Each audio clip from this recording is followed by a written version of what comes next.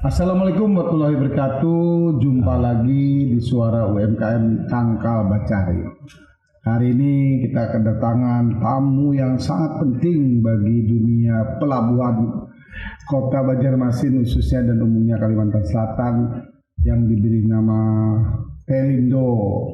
Nah, kita akan bicara tentang pelabuhannya, tapi peran Pelindo dalam hal pemulihan ekonomi yang hari ini kita berdoa dan terus berdoa supaya pandemi COVID-19 ini terus melandai dan kita sudah kuat dan tangguh menghadapi musibah ini, khususnya masalah ekonomi.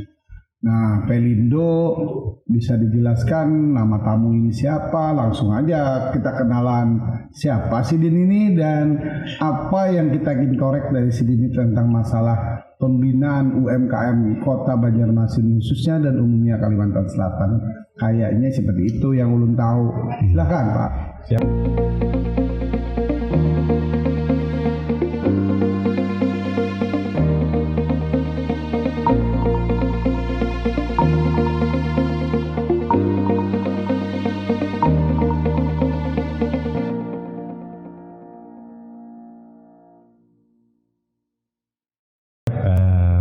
Syukur, perkenalkan nama saya Pak Rozi. Kebetulan saya di sini di Pelindo menjabat sebagai Deputi Manajer bidang TJSL Pak, tanggung jawab sosial dan lingkungan, di mana peran kita Pelindo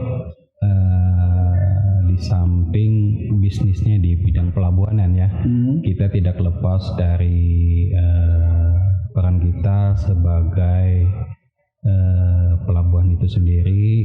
Di lingkungan pelabuhan itu gimana kita bisa meningkatkan perekonomian masyarakat yang ada di sekitarnya. Dalam artian kita di sini ada dua bidang yang kita tanggung, yaitu di samping sebagai program pembinaan program UMKM dan juga bantuan sosial lingkungan. Ya. Itu ya dua bidang ya Pak Rozi, yang beliau alhamdulillah beliau ini kelahiran Sampit, seorang yang memang berdarah Kalimantan ternyata ya kan. Siap. Dan tentu Kalimantan bagian daripada Indonesia ya, kebanggaan kita Indonesia Raya. Pak Oji ya singkatnya. Siap. Bicara bidang UMKM, apa saja peran daripada Pelindo dalam mendorong pemulihan ekonomi ketika kita menghadapi COVID-19 ini? Karena kemarin ngobrol-ngobrol dengan pimpinannya, Pak Oji ini katanya benar-benar paham tentang penanganan tentang UMKM ini, apa aja yang di... Siap Bapak.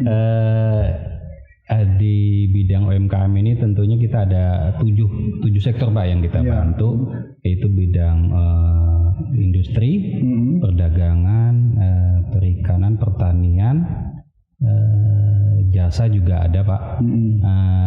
Tapi rata-rata yang ada di Kalimantan ini otomatis kebanyakan sih yang kita bantu adalah bidang perdagangan. Perdagangan ya. Siap, itu kayak mungkin ya di sektor kuliner ada juga sih di kita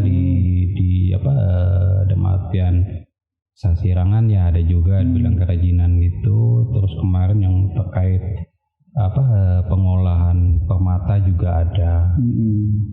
Bantuannya berupa apa nih? Apakah pelatihan atau memberikan bantuan kerasnya atau ada apa nih yang harus disampaikan nih? Siap, tentunya kita itu bantu dalam berupa dana Pak. Nah, dana tentunya dana mengalir ya, demikian dalam bentuk cicilan ringan lah, bunga ringan. Dan juga kita memberikan pelatihan. Pelatihan dan pembekalan buat mereka pada saat penerimaan itu, pada penyerahan itu.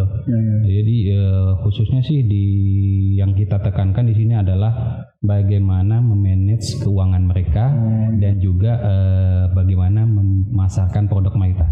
Nah, itu yang masalah di kita sekarang ini. Betul. Jadi kita kalau bicara tentang memanage pengeluaran, tentu Pelindo kan ya pasti tidak lepas akan membimbing. Ya. Nah, kayak apa cara melatihnya tentang mereka diberi bantuan, terus bagaimana pengeluarannya, ada pelatihan sistem pembukuan lah ya istilahnya. Siap. Kita kerjasama sih Pak dengan vendor ketiga ya. Untuk pelatihan ini, jadi mereka diberikan pelatihan itu selama 2 hari. Selama 2 hari itu di hari pertama tentang pembukuan, kemudian ya yang simpel-simpel aja lah kayak debit kreditnya aja lah Pak. Bagaimana ini uang masuk, uang keluar. Terus juga yang tidak kalah pentingnya lah bagaimana mereka cara memasarkan produknya. Betul. Itu yang pada intinya sih, karena selama ini itu yang jadi kendala ya, jadi kendalanya. Apa aja itu cara promosi yang di produk yang di, apakah ada event nggak? Kadang-kadang Pelindo itu ada bazar atau gimana? Kalau event emang kita tiap tahun itu ada, di samping yang event-event yang lokal kita di Banjarmasin ya sering kita ikutkan UMKM binaan kita. Itu kita ikutkan di Surabaya dan di Jakarta Pak. Oh ikut ya. Nah, kita ikutkan itu, dan maafin juga ada kategorinya sih. Enggak semua kita ikutkan. Selektif ya. Ada seleksinya juga. Sekarang kalau Pak Oji lihat UMKM di Kota Banjarmasin, kalau kita boleh kasih informasi diskusi kita, kan wali kota ini sedang mengembangkan wirausaha baru yang targetnya kemarin sudah hampir 2.000 lebih dan dievaluasi bertahan 1.200. Itu ada nggak sentuhan-sentuhan atau kerja sama sinergis dengan Pelindo dalam hal ini? Untuk selama ini kita pernah ada sih Pak dengan salah satu dengan Sasirangan itu nggak salah sih kemarin. Kerajinan Sasirangan iya. Tapi dengan adanya pandemi ini mereka kesulitan juga Pak. Iyalah. Jadi angsuran mereka lumayan tertahan juga. Jadi kita pahami dan kita maklumi itu. Makanya langkah-langkah Pelindo kemarin salah satunya untuk mengurangi beban mereka itu kita mengajukan stimulus Pak. Stimulus pinjaman. Jadi mereka kita berikan keringanan selama 6 bulan itu hanya membayar bunganya saja. Betul. Itu salah satu yang program yang kita bantu sih. Ya, jadi bicara tentang UMKM yang memang Pak Oji, kalau kita bicara UMKM ini kan keunggulan yang tidak bisa dianggap sepele ya. Kita 2 kali badai krisis ya.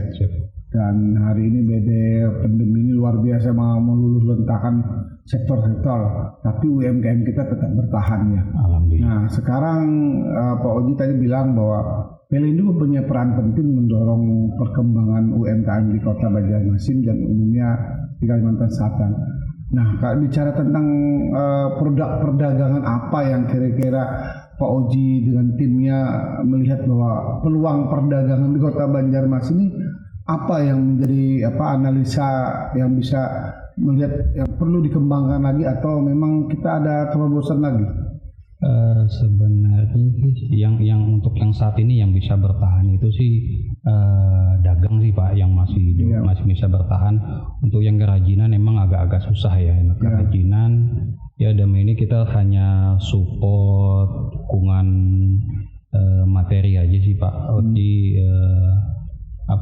Makanya biasanya kan kita mengadakan pameran-pameran itu, biasanya di situ mereka bisa kenal dengan mitra yang lain dan juga bisa memasarkan. Karena adanya pandemi ini kita hampir 2 tahun ini nggak ada mengadakan pameran.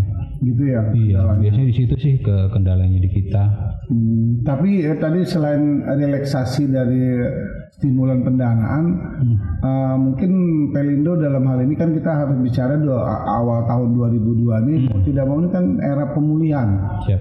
Nah, program apa pemulihan nih yang hampir kemarin kita harus mengakui lah bahwa ini memang sangat berat bagi dunia perdagangan kita dan beberapa sektor ekonomi yang lain. Nah, sekarang mengenai UMKM itu sendiri, awal tahun ini apa nih? Apakah ada pendataan ulang mereka yang sudah survive, yang belum, itu terus didorong ya? Kemarin ada arahan Pak dari regional kita ya, terkait UMKM kita yang masih dalam artian masih bertahan. Kemarin coba diusulkan agar bisa memperpanjang untuk kita bantu lagi. Dengan artian kita kerjasama dengan salah satu bank daerah sih kemarin itu. Jadi kita didata ulang lagi, nanti akan dikasih bantuan. Nah itu udah bantuannya belum tahu apakah bentuknya hibah atau keringanan itu nanti di situ. Wah luar biasa nih para UMKM binaan Pelindo, kabar baik dari Pak Oji ya. Mudah-mudahan ini kabar yang sangat menyenangkan dan tentu belajar dari sebuah peristiwa pandemi tentu ada kiat-kiat nih Pak Oji, bahwa tadi Pak Oji bilang ada event, setiap kali event, tapi karena ada pandemi itu terhenti juga. Nah sekarang tentu Pak Oji dan kawan-kawan selain program hibah tadi, kira-kira apa sih yang mendorong Pelindo ini terlibat langsung dengan persoalan UMKM? Karena memang Pelindo ini kan perusahaan BUMN ya, yang memang mensupport, kayak kita di Jakarta ada yang namanya galeri-galeri yang di Sarinah itu ya. Ada nggak di Banjarmasin ada terobosan misalnya di salah satu pusat perbelanjaan terbesar di kota Banjarmasin seperti ada galeri-galeri seperti itu khusus UMKM binaan Pelindo? Untuk kedepannya mungkin bisa kita ajukan itu Pak, karena di Surabaya ini kemarin teman-teman kita di TJSL Regional Jawa Timur membuka gerai UMKM Pak. Jadi mereka buka pusat perbelanjaan gitu, nanti UMKM binaan Pelindo silakan daftar di situ Pak. Betul. Nah, mungkin itu bisa salah satu contoh sih bisa kita diterapkan di Kalimantan. Iya, betul Pak Oji. Saya juga sering lihat-lihat dari mana? Oh dari binaan Pelindo. Di mana nih tempatnya? Mereka tempatnya di pertokoan terkenal di Surabaya, bahkan apalagi di gerai-gerainya Pelabuhan Trisakti itu juga bisa dijadikan tempat mereka untuk berdagang. Ya? Oke. Terus Oji, kita tahu nih sekarang UMKM ini kan unggulan. Nah sekarang Oji bisa nggak kasih info ketika unggulan ini sedang didorong untuk maju, kira-kira produk perdagangan apa sih yang kira-kira menurut Pak Oji bahwa Pelindo ini berhasil mendorong UMKM? Tadi ada produk sasirangan, apanya yang membuat Pelindo bersemangat terus untuk membantu mereka? Karena kalau istilah sasirangan ini kan menasional dan internasional, kayak batik. Kurang apa? Karena keluhan daripada para pengrajin ini sering kan batiknya Jawa dengan batiknya sasirangan Banjarmasin agak mahal. Karena di sini kan karena bahan baku. Nah, gimana nih terobosan bahan baku? Pernah nggak dianalisa lah? Bahwa Pelindo kan punya jaringan. Oh ternyata perlu ini pelatihannya ya nggak? Perlu ini supaya harga sasirangan kita bisa bersaing. Memang kendala untuk kayak sasirangan sih rata-rata bahan baku Pak itu udah dari dulu ya. Sejak tahun 2000 berapa saya di sini, tahun 2013 nggak salah. Nah, itu memang kendala di kita di sini kenapa jadi mahal itu adalah salah satu bahan bakunya. Dalam artian cat warna dan segala macamnya itu kan yang kita bisa mahal. Mungkin harusnya sih di Pelindo bisa ikut ambil peran ya di situ ya. Dalam artian walaupun kita tidak secara langsung karena kita jasa Pak ya. Mungkin ada pihak ketiga yang dalam artian distributornya lah, dalam artian gitu kan dia bisa ikut pelayaran ini, ngirim barangnya mungkin bisa lebih murah sih Pak, harusnya sih gitu ya. Harusnya dengan pihak ketiga kita bisa komunikasikan hal itu ya. Tapi kalau bicara bahan baku kita ada jalan keluar tadi dari Pak Oji. Saya juga melihat para penjahit-penjahit di Jawa itu rata-rata terampil dan dia upahnya sangat minim, tapi dia mau kerja. Nah sekarang upahnya di penjahit-penjahit di Banjarmasin ini masih kurang. Apakah ada pelatihan penjahit khusus misalnya supaya mereka tidak kehilangan penjahit-penjahit ataupun kekurangan penjahit? Kayak apa nih, ada terobosan juga? Kalau itu terkait dengan penjahit kita memang masih belum pernah Pak. Cuman kemarin kita pernah ikutan pelatihan itu teman-teman terkait vokasi. Vokasi yang untuk las ya. Itu yang sempat kita berikan pelatihan, kita berangkatkan ke Surabaya. Jadi teman-teman yang anak-anak SMK sih waktu itu yang udah lulus, yang berniat ingin mencari kerja kerja dan menciptakan lapangan kerja, itu yang kita sempat kita berikan pelatihan. Mungkin bisa menjadi masukan kita sih ke depannya Pak, terkait yang penjahit-penjahit ini ya. Dilatih ya. Siap. Nah, jadi luar biasa nih Pelindo lewat Oji diusahakan hibah, bahan baku disinergikan dengan pihak ketiga, menerima masukan bahwa penjahit itu menjadi kunci juga. Kekurangan penjahit yang terampil, padahal itu kan peluang juga kan bagi kita, karena saya juga agak ya semacam iri lah bahwa yang namanya penjahit di Jawa itu kalau pasang kainnya 1 jam 2 jam sudah selesai, bisa kita nikmati. Nah, harganya murah karena di situ kompetitif untuk bekerjanya kan sangat ketat ya, tinggi juga. Nah, sekarang tadi Pak Oji menjelaskan ada 2 bidang, satu UMKM, bidang yang lain tadi apa tadi? Bantuan Pak, dalam artian CSR lah. Ya, hibah bina lingkungan. Hibah bina, apa aja bentuknya tuh Pak? Ini dalam bidang pendidikan ada, sarana prasarana umum ada, bantuan sosial untuk pengentasan kemiskinan ada, juga sarana ibadah juga ada Pak. Gitu ya. Ada persyaratan tertentu nggak yang satu itu? Tetap ada juga syarat-syaratnya. Iya, tetap ada syaratnya yang harus dipenuhi. Ya, berarti terbuka lebar ya, terbuka kepada siapa aja yang memang ingin maju dan ingin berkomunikasi dengan Pelindo, tidak masalah ya Pak Oji. Ya, tidak masalah Pak. Oke Pak Oji, ya sekarang Pak Oji, UMKM yang dibina Pelindo ini di Kalsel berapa dan di Kota Banjarmasin berapa, masih ingatkah, atau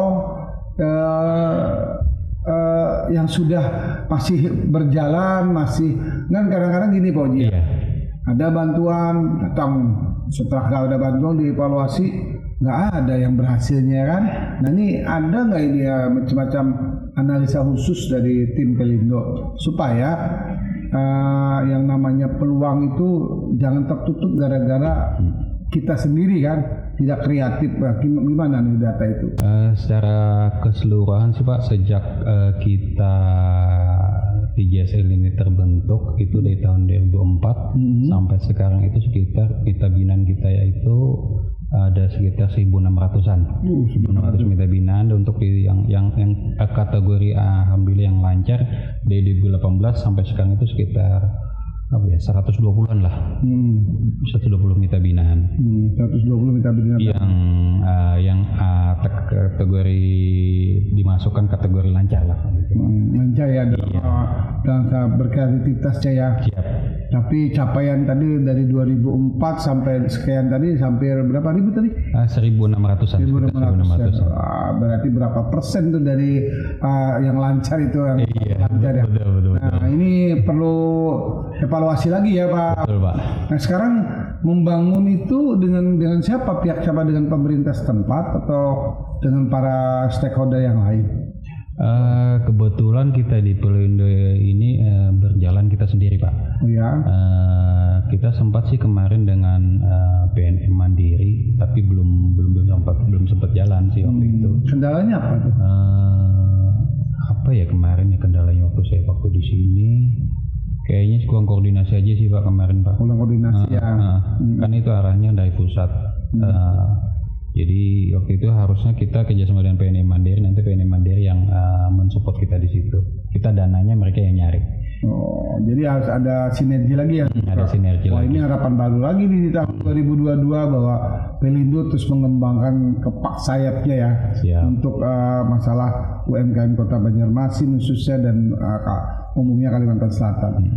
Oke, dari sekian ratus itu apa yang menjadi mereka lancar tuh? Mungkin ada kasih tip kenapa jadinya lancar, karena kan Pelindo kan sudah melatih yang namanya keuangan, yang namanya pemasaran. Apa kira-kira evaluasi yang mereka berjalan lancar? Evaluasi ya selama ini sih Pak, yang kita lihat ya kenapa mereka itu lancar, yang jelas mereka gigih Pak, dan merasa punya tanggung jawab. Intinya gitu. Itu ya tanggung jawab. Mereka punya beban utang itu ya, jadi mereka punya tanggung jawab agar bisa bayar gimana caranya, menciptakan inovasi baru lah intinya kan gitu. Jadi kita harapkan sih mereka harus bisa menciptakan inovasi, karena kalau misalnya produknya itu aja kan orang akan bosan Pak. Dan tentunya makanya di bidang marketing itu mereka harus punya sih harusnya. Punya khusus ya. Iya. Oh jadi Pak Oji bahwa dari 180 ya tadi ya?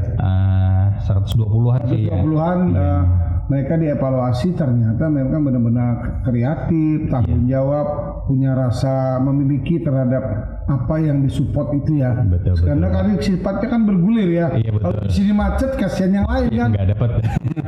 Nah itu yang mungkin tekanan dari Pelindo terhadap para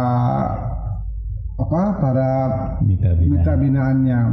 Oji, sekarang kita bicara tentang UMKM itu sendiri. Tentu adalah dulu yang namanya UMKM itu kan ya orang yang tidak dilirik untuk menjadi sebuah tren perdagangan. Nah, mungkin Pak Oji melihat di daerah seputar pelabuhan itu saya lihat kan ada space atau ruang-ruang kosong yang kemarin saya lihat ada salah satu kedai Trisakti yang malam-malam ada nggak itu disupport, ada minta bantuan ataupun sinergis kawasan-kawasan yang para buru-buru di situ bisa minum-minum sehat atau nongkrong-nongkrong sehat, itu ada rencana nggak di situ daerah situ, kayak warung-warung yang bersih kayak seperti di airport lah ya kan? Iya betul Pak. Ya. Sebenarnya itu salah satu peluang kita ya harusnya ya. Untuk mitra binaan kita harusnya sih bisa kita support di situ Pak. Kita siapkan kedainya. Kayak kemarin kita di daerah mana gitu waktu di Benoa sih Pak. Di Benoa ada, di Surabaya juga ada. Nah, mungkin nanti kedepannya kita akan coba terapkan di Trisakti. Ya, nanti coba akan kita bicarakan dengan JM Trisakti apa aja syarat yang diperlukan. Karena tentunya itu kan tidak gratis Pak. Betul. kan dihitung sewa nanti, tapi nanti sewanya mungkin tidak sama dengan pihak luar, karena kan ini UMKM binaan kita juga. Betul, karena kan kalau kita diskusi ya Pak Oji ya, karena di terminal Woro ya Woro kan, iya, Woro. Kan ada warung-warung yang sebenarnya potensi untuk kita tempatkan UMKM binaan itu supaya tempatnya itu indah, bersih, dan orang tertarik untuk nongkrong situ. Karena kadang-kadang gini Pak Oji, para wisata itu kan hari sedang digalakkan. Di Banjarmasin kan wisata tentang melihat kapal-kapal berlabuh itu sangat menarik. Nah, itu yang mungkin jadi diskusi kita ya. Di mana ditempatkan UMKM itu supaya sambil sore-sore melihat kapal muat ke sana, sambil minum-minum yang binaan UMKM kan menarik ya. Nggak jadi tidak sibuk hilir mudik angkutan barang aja, tapi orang melihat ada kapal gede. Anak-anak kecil yang mungkin yang generasi yang di bawah kita menarik tuh kapal. Ya, ini ada nggak rencana ke depan ke arah sana? Karena di dalam pelabuhannya sendiri saya meninjau bagus sekali sudah di dalam, ya kan? Iya. Nah, tapi nggak ada makanan tuh UMKM-nya. Iya betul. Ya. Harusnya sih bisa Pak untuk ke depannya ya. Karena kita memang di Pelindo Trisakti hanya kapal penumpang ya, dan kapal beda dengan kapal-kapal di pelabuhan yang besar kayak di Trisakti, kayak di Gapura Nusantara Surabaya kan, karena ada kapal pesiar. Betul. Itu yang jadi salah satu destinasi wisata. Kalau di sini mungkin kalau cuma kapal penumpang, dan itu pun nggak boleh sembarang orang masuk ke situ Pak. Masalahnya ini yang masalahnya di kita juga. Kemungkinan kita coba sih ke depannya sih, paling nggak kita bisa membantulah untuk UMKM kita agar bisa ikut di situ lah. Ya, karena tadi kan Pak andalan Pelindo di Binaan Oji kan dilatih promosi. Iya betul. Ya mereka teriak-teriak promosi tempatnya di mana? Padahal betul. Kalau misalnya tempatnya itu dibuat di sedemikian di dalam Pelindo, dalam pelabuhan itu mereka rame, ada jualan kayak kafe lah, minum kopi, minum pisang goreng dengan UMKM menarik. Oh ini binaan Pelindo ya kan? Nah ini diskusi kita nih Pak Oji. Nih ya. Jadi Pak Oji ini kan sudah pastilah ada semangat untuk memajukan Banua karena beliau ini kan berdarah Kalimantan ya.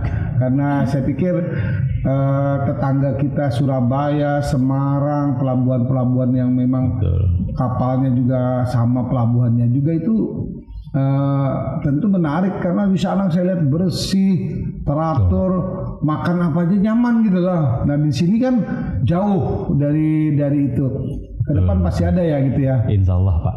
Alhamdulillah Pak Rodoji yang beliau ini punya kata-kata mutiara, gunakan waktu lapangmu dengan baik sebelum datang waktu sempitmu. Wah, pantasan saya tadi publik suara UMKM Tangkal Becari, Pak Oji ini ditelepon langsung oke, ya kan? Nah, karena berarti beliau ada ke lapangan nih supaya jangan sampai ada agenda lain.